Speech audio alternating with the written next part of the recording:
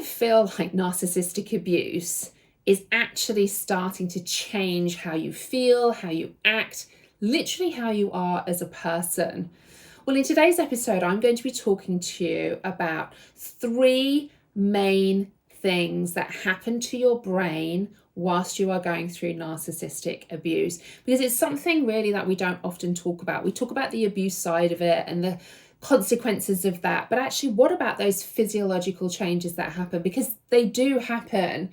And why do they happen? And what can you do about it? And that's what I'm going to talk about in today's episode. So hi everybody, my name is Caroline Strawson and I'm a positive psychology, trauma-informed coach and somatic therapist.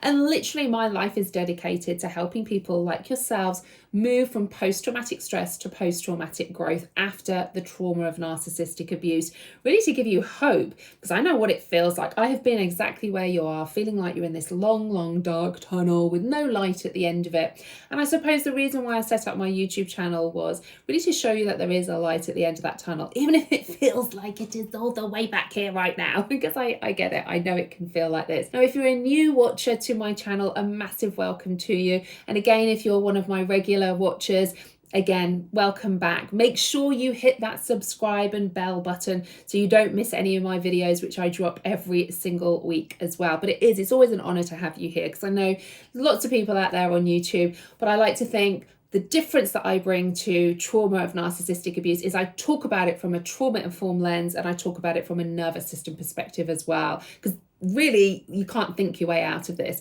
However much we try to, I want to get you out of your head and into your body so that you can really start to heal and thrive after narcissistic abuse. So what exactly happens to our brain when we have experienced trauma?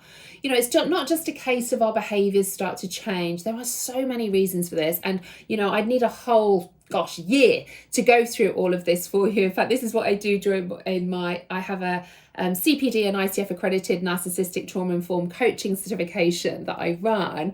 And this is the sort of thing that I teach on all of this as well. So I'm giving you like a little few droplets and tasters in this episode today. But in my coaching certification, we go so much deeper so that as a coach, you know, my students and graduates can really help their clients at a deep somatic nervous system level. So again, if any of you are interested in turning your own pain into your purpose, then please drop me an email at hello@carolinestrawson.com, because we're always having new cohorts starting and it is so needed. You know, you are here watching this, okay? It is needed in the world and you don't have to have any experience. I teach you everything that you're going to need to know to really support people heal and thrive after narcissistic abuse. So when we have experienced trauma, what happens is in our brain, we start to have physiological changes. Now, to understand this, I'm going to give you a quick biology lesson in the neuroscience and physiology of our brain, okay? So we have really 3 main areas of our brain. The neocortex, which is right here, and this is our thinking, logical, rational part of the brain.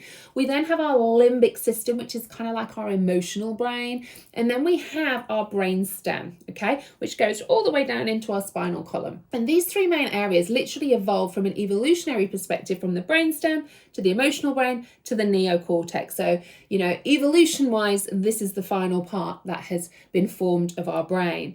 Now, when we think about wild animals, for instance, when they've experienced trauma, if they're not a mammal as such, they will have the brainstem and the emotional part of the brain. So when they experience trauma, what they do is they're literally living second by second by second by second.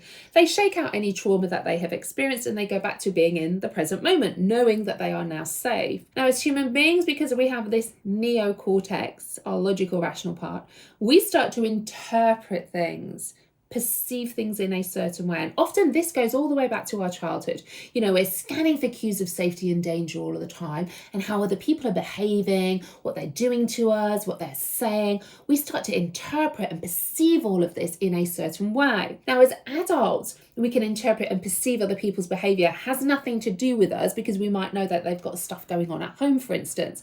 However, as a child, we always look at that perception and interpretation from the child, always brings it back to themselves. I'm being abused because I'm not lovable. My parents are getting a divorce because I'm not good enough. I'm being bullied because I'm worthless. It always comes back to ourselves because we need a reason for that. And no child will ever think, oh, my mum and dad are getting a divorce because they both had traumatic childhoods and they're not able to know what a healthy relationship is. It might be, I'm being abused. Oh, I know that because, my parents had an abusive childhood and they're perpetuating that cycle of abuse all of the time. No kid ever says that, right? We may see that as an adult years later and be able to kind of understand. But this is the difference with trauma when we talk about the brain and the mind and the body. We may know this stuff. You may even know that the narcissist may have had a really traumatic childhood. You may have had that traumatic childhood too, and you can start to see the reasons why. But the difference being is, even though you may know why, the moment somebody behaves in a way that takes you back to similar experiences that you had in your childhood, triggering those beliefs about yourself, that becomes your version of danger, because that will have felt painful to feel like that as a child. And as human beings, we're built for survival. So if our inner system feels like something or someone is going to be painful as an adult, it really takes us back to those experiences as a child and thinks, oh, you need to react in a fight, flight or freeze response to protect yourself because this is really, really painful, even if you're not in actual danger. Now, over time then, let's say, and I'll use me as an example so that it kind of explains all of this. So for me, when I was growing up, my dad was pretty unemotional. So I didn't really get things like, wow, well done, Caroline, I'm so proud of you. My interpretation of that was because I wasn't doing enough, which meant I wasn't good enough. And that really, really hurt. So I kind of developed this high-achieving, perfectionist, people-pleasing, protector parts of myself to try and be this amazing daughter all of the time, getting great grades all of the time, not putting a foot wrong, hoping that then obviously my dad would praise me. And because he didn't, I needed a reason for that. Now, the reason wasn't because, hey, my dad's incapable of doing that, even though I now know that as an adult. My interpretation of that, it must be me. I'm not good enough. I need to do more and be more. So I would keep on trying. That then created like a core emotional wound in my inner system, which really became my version of danger. Anything that was going to trigger that core wound that was painful to me, I would then react in a fight, flight and freeze response. And that's when protector parts may come up. And again, I do a lot of what's called internal family systems. So when I talk about protector parts, it's more like, if you think about what you would probably classify as your behavior, so like perfectionism, people pleasing, high achieving behaviors, I talk about this through an IFS and trauma informed lens. So for me, these were protector parts, because if I was people pleasing everybody, being perfect and high achieving, then surely that person would change their behavior. Hence the protector parts. That's why we call them that. There's no bad parts of you, even parts like self-harm or addiction, all of these parts that many people feel shame around as such, showing up in that type of behavior. They're all there with a loving intention for you, albeit often with a destructive impact. Now, when you have that emotional core wound, then your inner system is driven for you not to feel that core wound. It's almost like, woo, woo, sirens, mustn't ever feel like this. So the narcissist, do you imagine for me, I had a core wound, not feeling good enough, okay? So being with the narcissist initially when they love bomb you and make you feel amazing, it was like, oh, this is like music to my ears, filling the core wound, filling that hole in my soul of not feeling good enough because they behave in a certain way. However, as we know, because of that narcissistic abuse cycle, and if you've never heard of the narcissistic abuse cycle, go and watch one of my episodes on this, because I really explain those different elements. And I think it's really important for you to understand the trauma bonding, the addiction, and that cycle of abuse that happens when you're in that narcissistic relationship. Because at some stage, the narcissist will behave in a way that triggers that core emotional wound. Now, when we go through living our life and we've literally got that core wound, what happens is our brain, our mind, and our body will be on alert, literally, to try and not make me feel like this, or whatever that emotional core wound is for yourself. It could be I'm not good enough. It might be I'm worthless. I'm not important. I'm unlovable. I don't matter. Whatever that might be for you, because it will be different for all of us. But anything over that period of time, what happens is our brain starts to have physiological changes. Now, the main areas of the brain that become affected are actually in our limbic system, in that emotional part of the brain. Now, we have two structures in our limbic system called the amygdala and the hippocampus. Now, the amygdala is like our smoke detector system of our body. It literally is like scanning for bits of smoke, bits of danger, to then send to be alert in our nervous system. So it's almost like it's going, it's scanning all the time for cues of danger, equally also for cues of safety, so that you can calm in your nervous system. Now, your hippocampus is actually your long-term memory center. So as we're living our life and we're going through the events that are happening in our life, what happens is they pass through the hippocampus timestamps them and almost files them away into the past.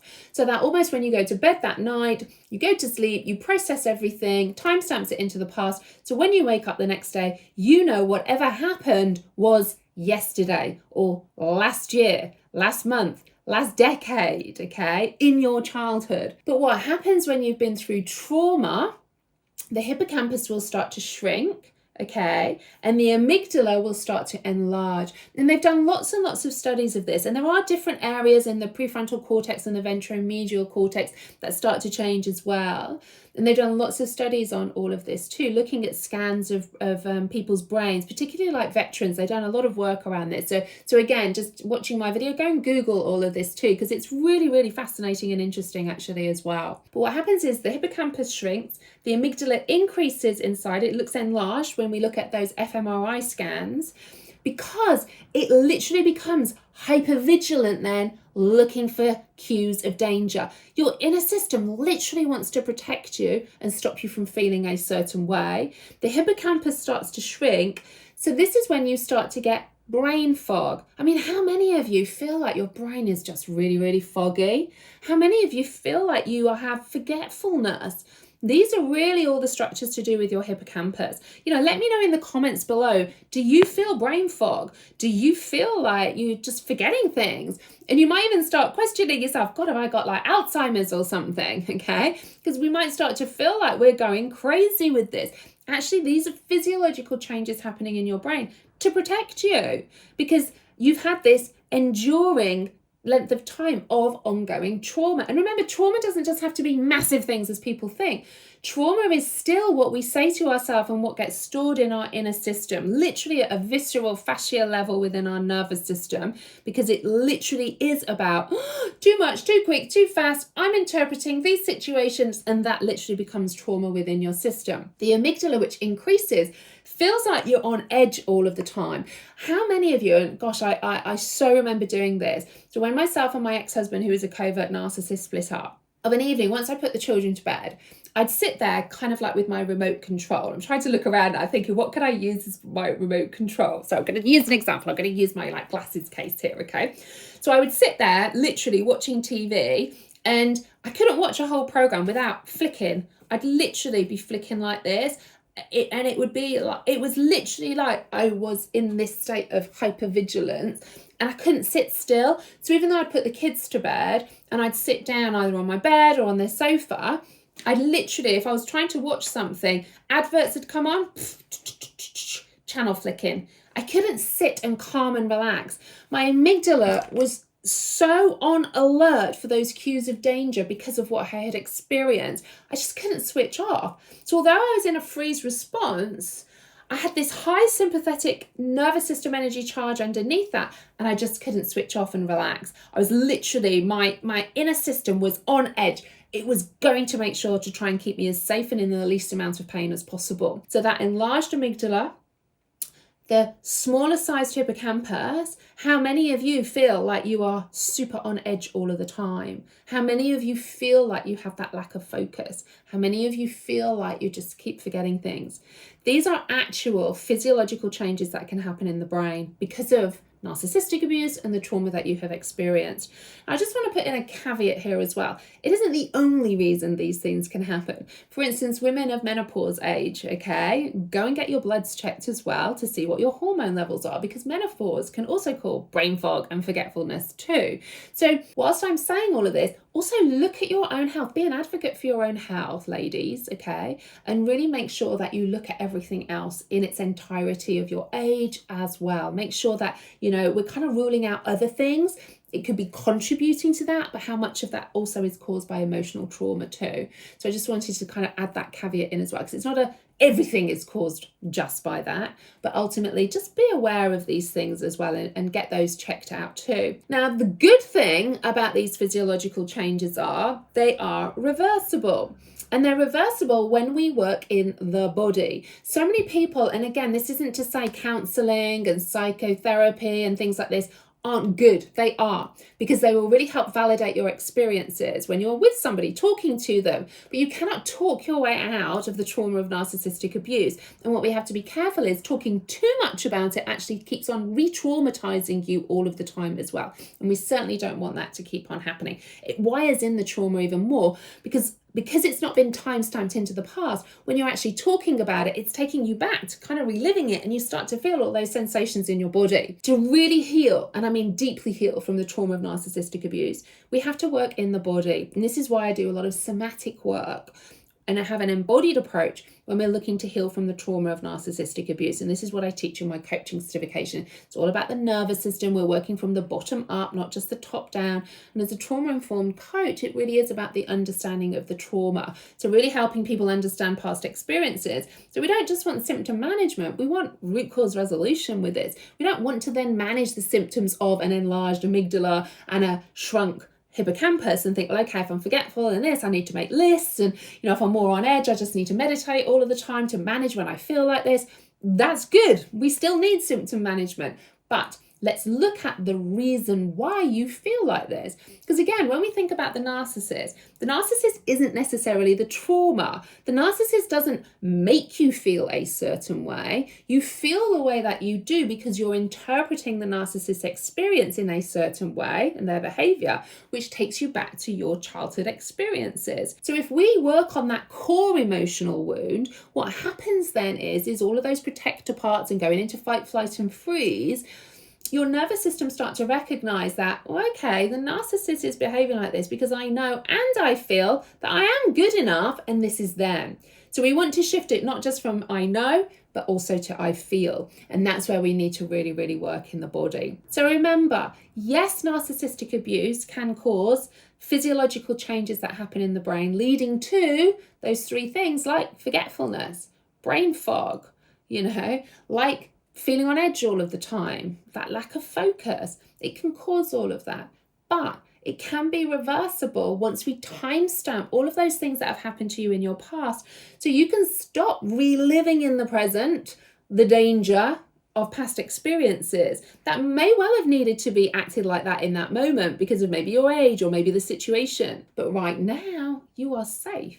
And if you're safe, we should be able to downregulate our nervous system, okay? And that means then when that starts to happen, the physiological changes start to revert back to what they were beforehand, and we go back to an element of homeostasis within our body. So let me know if you can relate to any of this. Can you relate to brain fog, forgetfulness, hypervigilance, on alert all of the time, not being able to relax?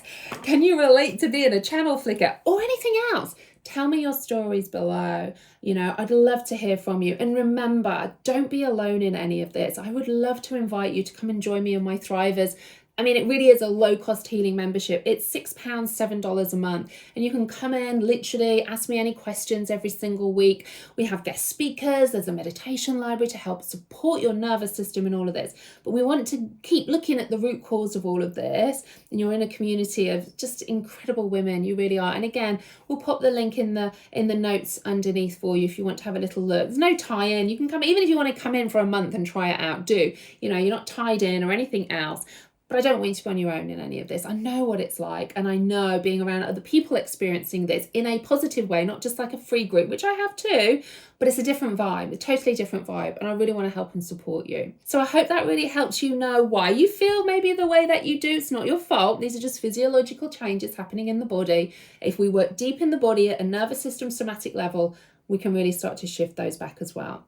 So take care, everybody. Let me know if you can relate. And remember, there is a light at the end of this. You can work on that CPTSD from the trauma of narcissistic abuse, and you really can move from that CPTSD to post-traumatic growth.